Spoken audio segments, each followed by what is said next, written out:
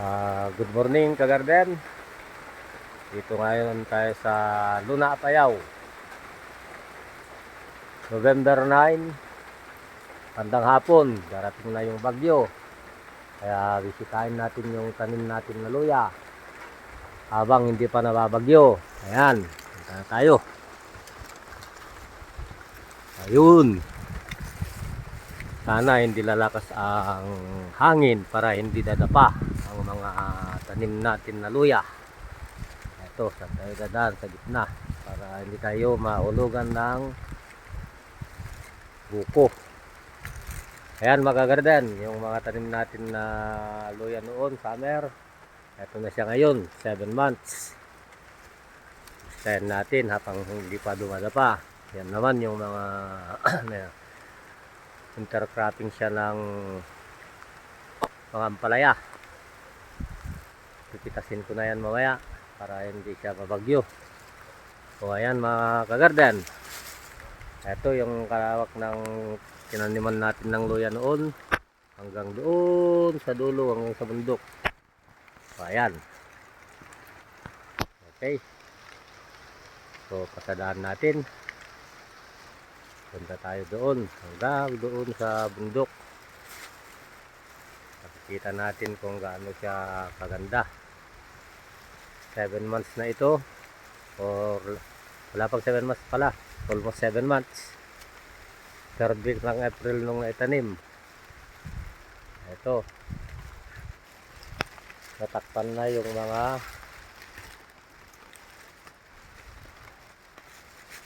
luya. Kung nakikita nyo, ayan, transera pag humangin.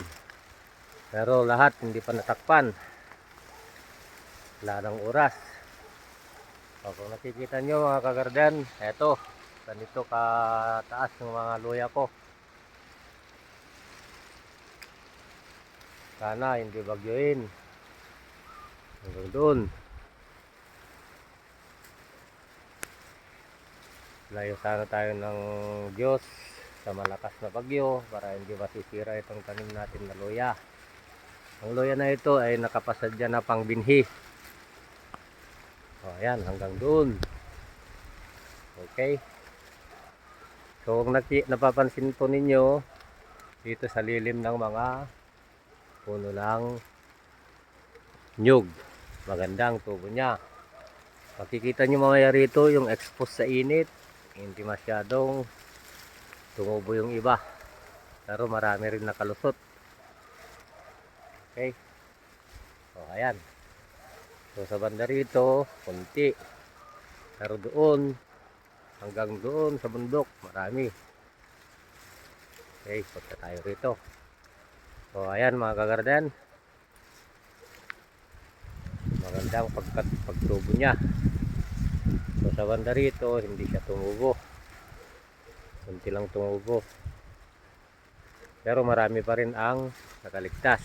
Napapansin ninyo, ayun. So halos nasa gitna na tayo hanggang doon sa bundok. So doon tayo galing kanina sa may unahan, doon sa may intercropping ng palaya. Yung patula namatay na siya. Ayun, habang hindi pa na dinadaanan ng bagyo, pasyalan na natin. Kung mababa yung bagyo, dadapa ito,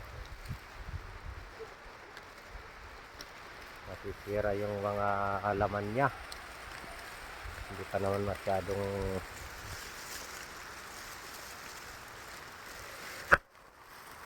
nakalaman. O ayan mga garden, pagtiyagan natin kahit mo, ayun, darating na ang bagyo. Mga alas 3 na ng hapon, mag-uumpisa na yung hangin. Ito nakikita ninyo, hindi pa tapos, tatakpan yung mga luya natin, kasalukuyan pa lang. Wala na tayong pang wala na tayong pera para pang pasahod, kaya maano-mano ko na Dito ko na binubuhos yung oras ko. So, ayun. Hanggang doon pa. Malayo pa tayo. Okay. Ayan. So, doon tayo galing. Kung napapansin ninyo, ganyan, kaba. So, malapit na tayo sa dulo. Hanggang doon pa. Sa may paran ng bundok. Okay. So, ayan.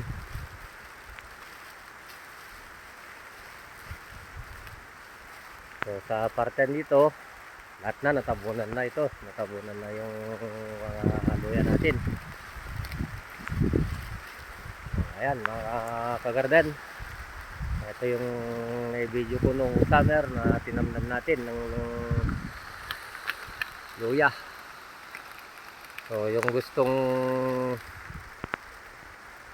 magpa-coach kung paano magtanim ng luya pang binhi,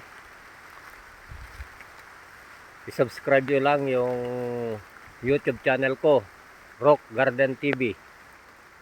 Ulitin ko, paki-subscribe yung YouTube channel ko, Rock Garden TV. So dito sa may bundok na dito, doon tayo galing. So napapansin nyo hanggang doon. So ito tayo ngayon.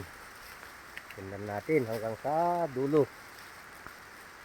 Nung unang bagyo, natumba yung isang melina rito. Buti hindi natabunan ng gusto. Nakaligtas sila. Oh, ayun. Kung napapansin nyo, may nagyayelo dyan. Yan, may tama yan, may sabit yan. Haharvestin natin yan para hindi magkalat. Ayun, ayun.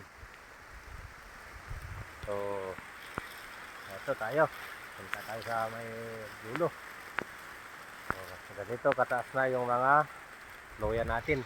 Kung napapansin ninyo, hanggang dito sa dibdib na. Konti lang naman yung kanal. Kung napapansin ninyo, ganyan yung kanal, pinagparoon ng pinangtabon.